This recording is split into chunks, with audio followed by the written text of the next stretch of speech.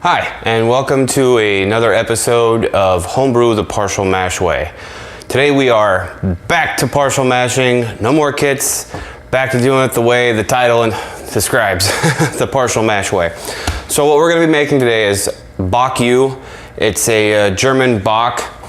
However, it's not technically a Bock because Bocks are lagered. I don't have the ability to lager just yet. Hopefully sometime in the future. So it is an ale. So it's the ale version, my version of a Bock in ale form. So anyway, let's get right to the ingredients. First of all, we're going to be using 8 pounds of grain. Here's our grain. And the grains are, we're going to do 2 pounds of dark Munich Malt, 4 pounds of Saltzglitter, 1 pound of Honey Malt, and 1 pound of Cararoma.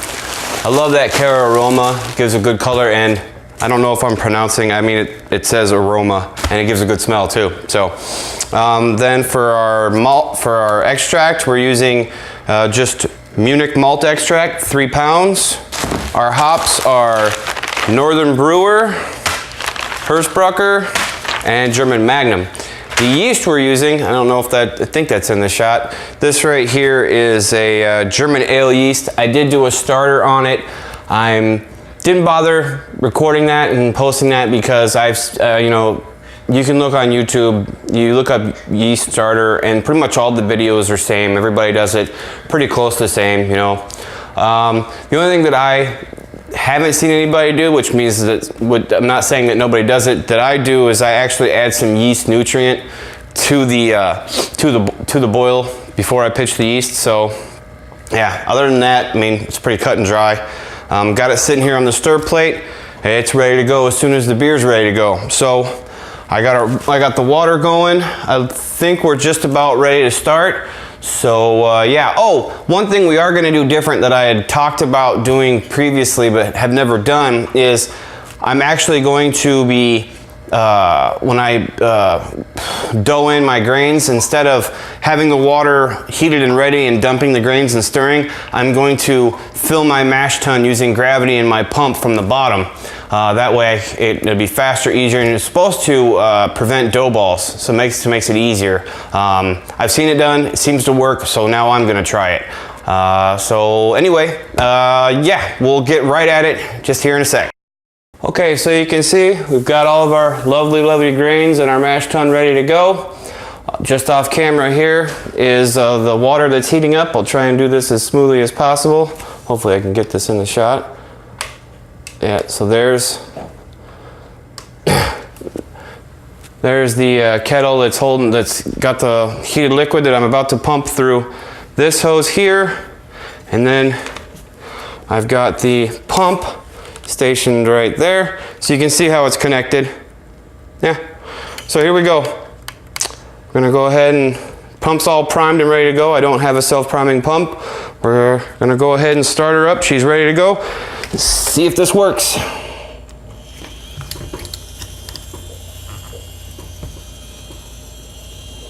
Well, I thought it was primed. Oh, that might help. There we go.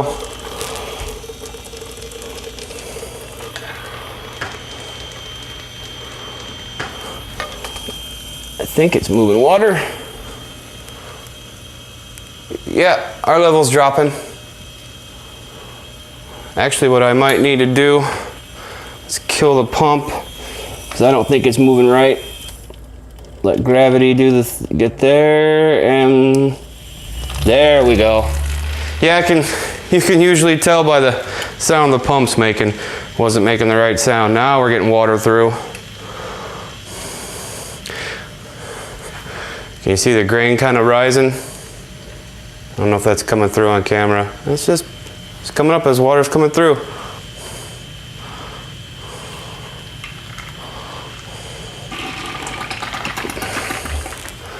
Looks like I'm just about out of water. I am gonna have to splash the rest on top. So I'm gonna kill the pump. Well, first I'm gonna turn off these valves. Kill the pump.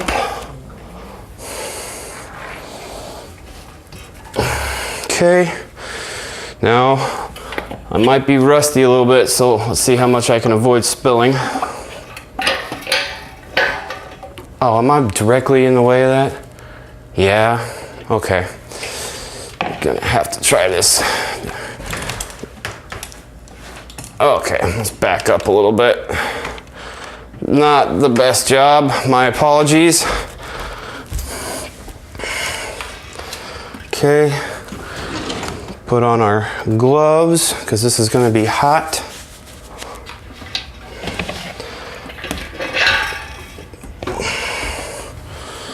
Get this out of the way for now. Are you going to stay? Yep. And we'll just go ahead and dump the rest of this right on top.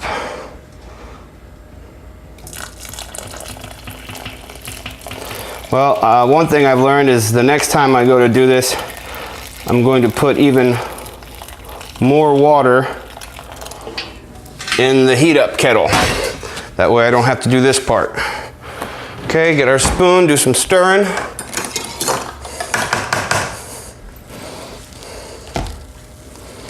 But yeah, that looks like that worked. I don't see any dough balls. All right, cool. So that is the way I'll be doing that from now on. That was sweet. Easy peasy. Okay, so now we're gonna set up the recirc system. All right, my apologies. You know, it's been a while since I used this system. A little rusty at it. So yeah, trying to maintain the staying in camera and getting that all situated was probably a mistake on my part. So tell you what, instead of trying to do it both all together, I just went ahead and set it up, got it running, it's running smooth. Now I'm gonna take you around, show you the bits and pieces and how it all works. If you haven't watched my first video, which I don't blame you, that first video was over an hour long. So anyway, yeah, well, I'm gonna show you the recirc system here.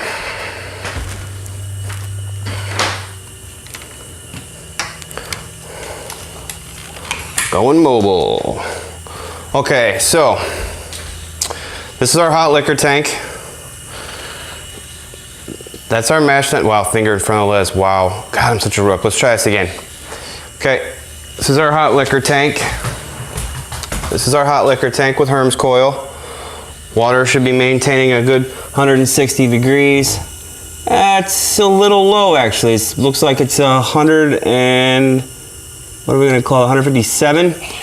So then, anyway, so the Herms coil runs up, the mash runs up through the top of the Herms coil and then comes down into our mash tun, which should be sitting at about 155, which it looks like it's at 151. So we'll have to get that temp up. Not the end of the world.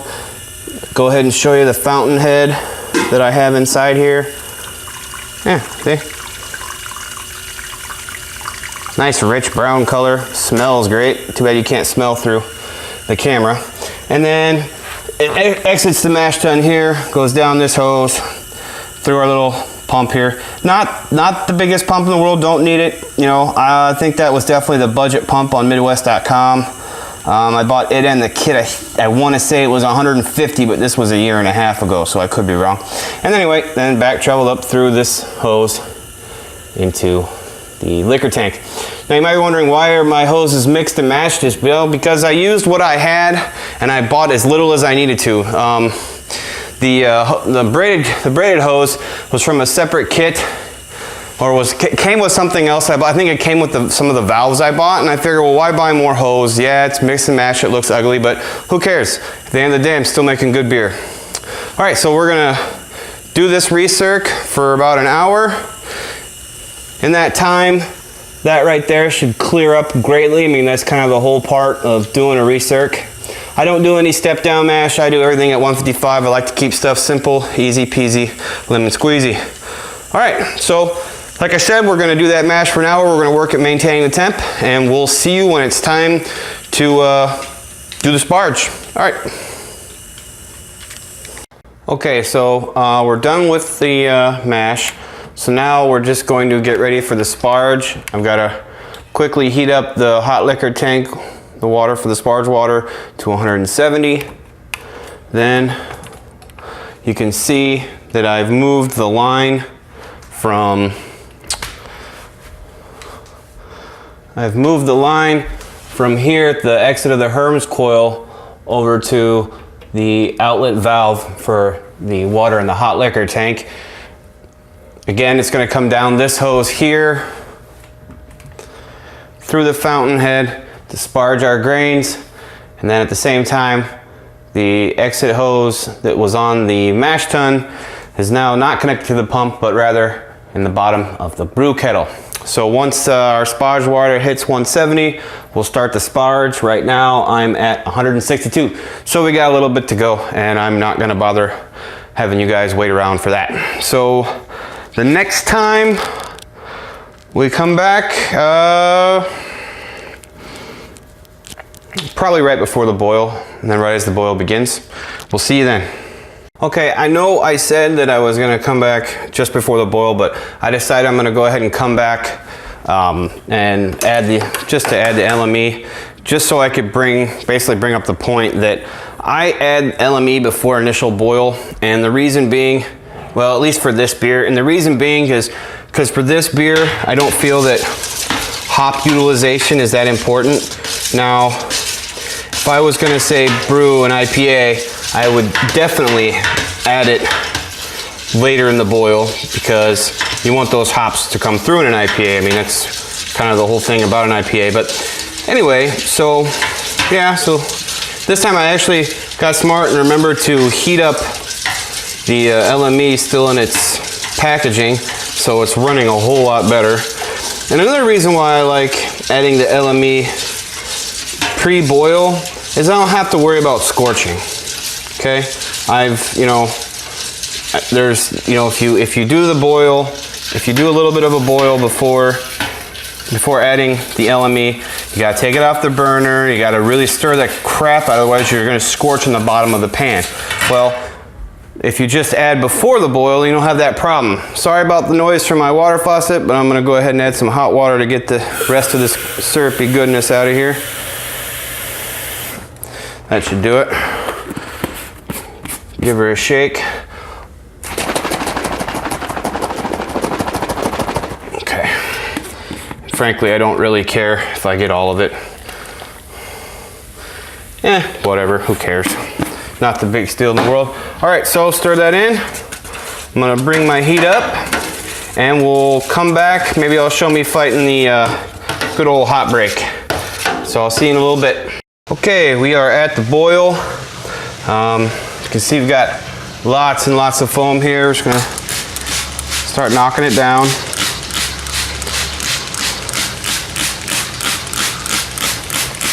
There she goes.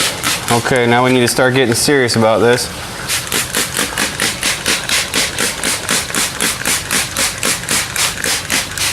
Don't have a whole lot of headspace, so gotta be frantic with it. Doing good so far though.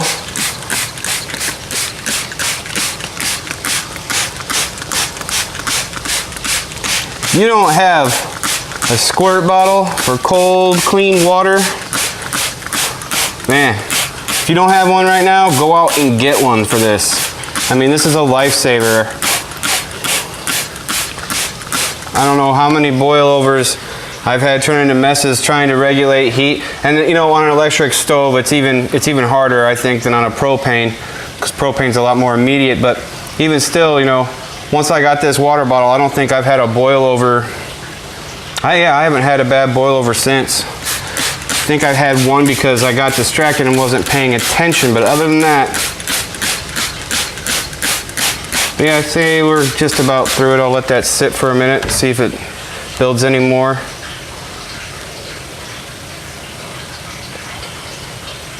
Yeah, still building foam.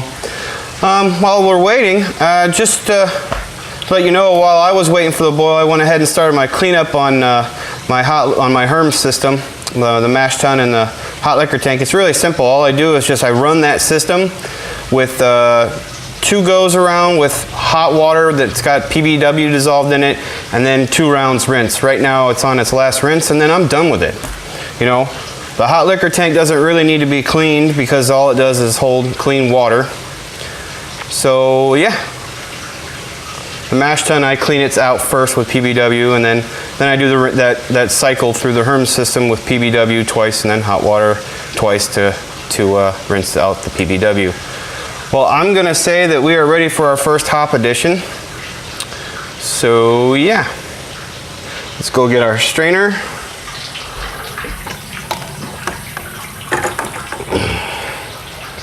This just came out of my bucket filled with star sand, so it's ready to go.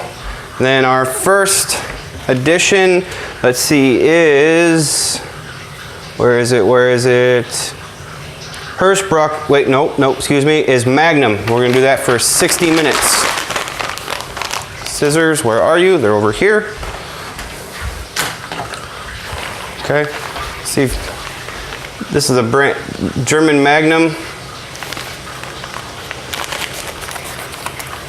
And 1 whole ounce into our hop strainer. And there she goes. And we're gonna set a timer for, the next edition will be in 30 minutes. So we'll set a 30-minute timer. Combat this a little bit.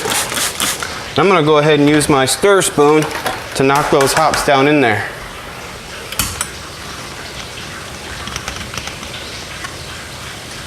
Make sure I'm getting all that hoppy goodness into my beer.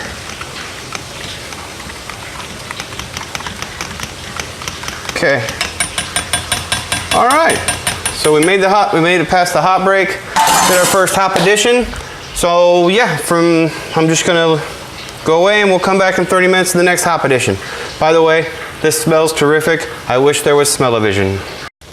Okay, so we're back. We're about to add the Northern Brewer, and get that into frame, the Northern Brewer hops.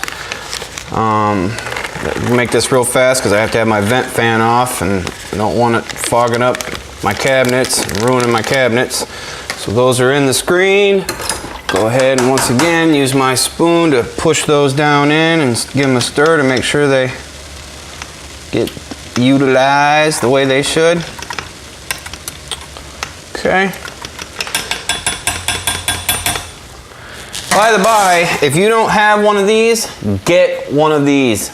I tell you, I've tried everything. I've tried the hop balls. I've tried bags. I used to have a bazooka screen on the bottom of my kettle to try to keep hops from getting in my fermenter.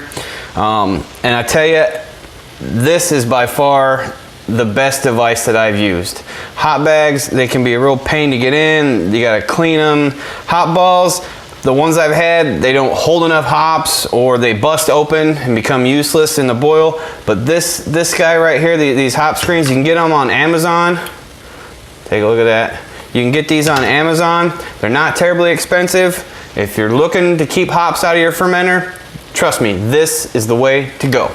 Anyway, so yeah, so we're gonna put time on the clock, 25 minutes.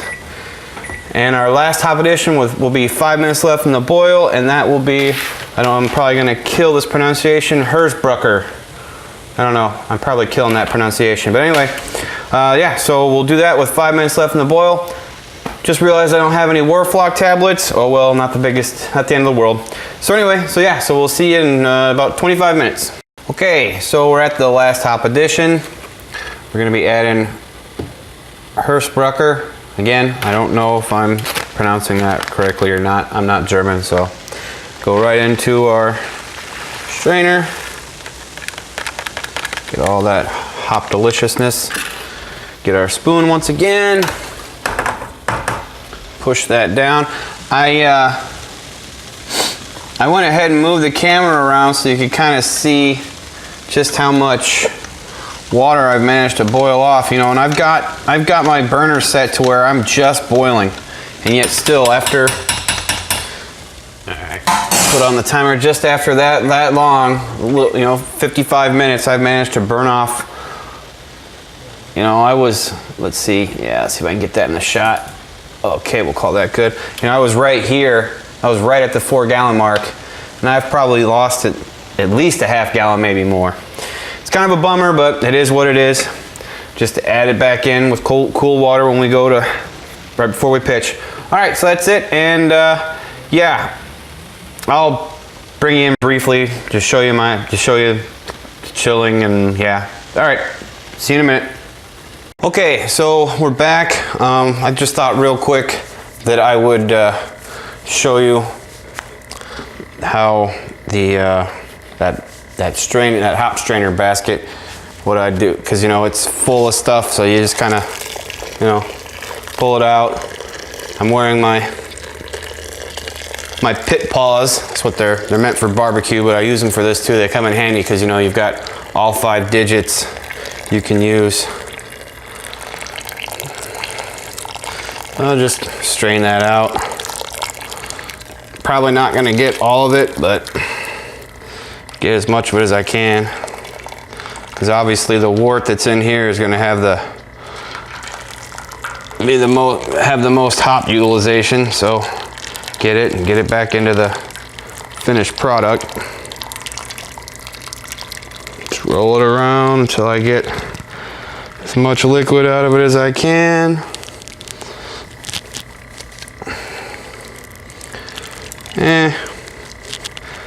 Okay, well, yeah, I'm gonna call that good. Set that over in the sink. Now we'll add our wort chiller and get this stuff cooled down. I like to keep my wort chiller just the whole brew time sitting over here in Star Sand. Just makes things easier to go, ready and raring to go as soon as I need it. Of course, I gotta get it, there we go. Just a simple copper wort chiller that I purchased on Midwest.com. Into the wort, cool water going, and away we go. All right, I'm not gonna have you watch me stir this thing. Okay, so we've got it cooled down, got it in our bucket. You can see it, I've got tons of foam. I use that aerating paddle that I've used in the previous videos, just didn't bother showing you. So we're gonna go ahead and take a hydrometer reading, see what our gravity's at. Again, I've had it on standby, sitting in a bucket of Star Sand, so everything's good and ready to go. Let's see what we get here.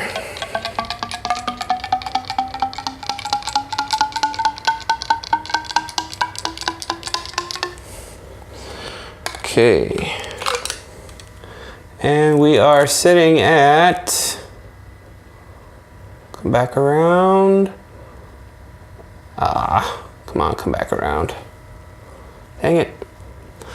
1.54. Go ahead and put that back. So our starting gravity is 1.54.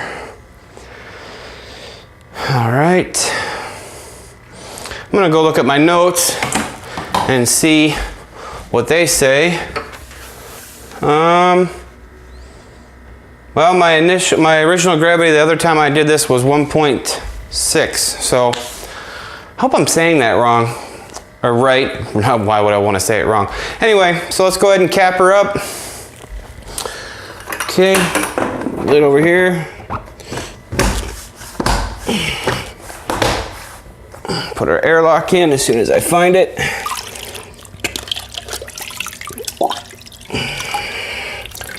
Go ahead and fill it up with that.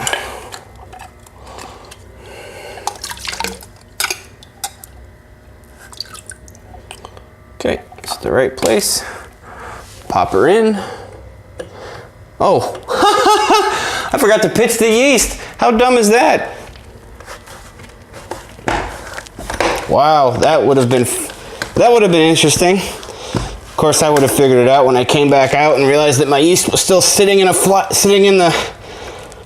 flask on the counter. Dummy, dummy, dummy. Okay, so take our flask of yeast over here. All right. Again, this is about a 500 milliliter starter. I just don't see the need in doing a full 1,000. I like to take a magnet, find the stir bar, that way I don't have to worry about pouring it in there. And we'll just go ahead and dump everything in.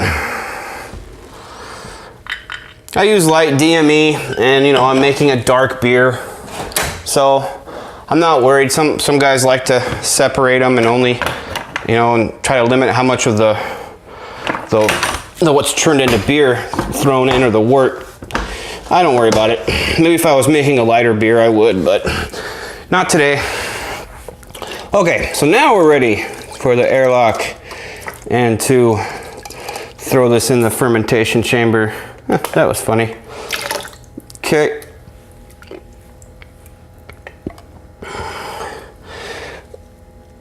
All right, there we go. Okay, so that's that.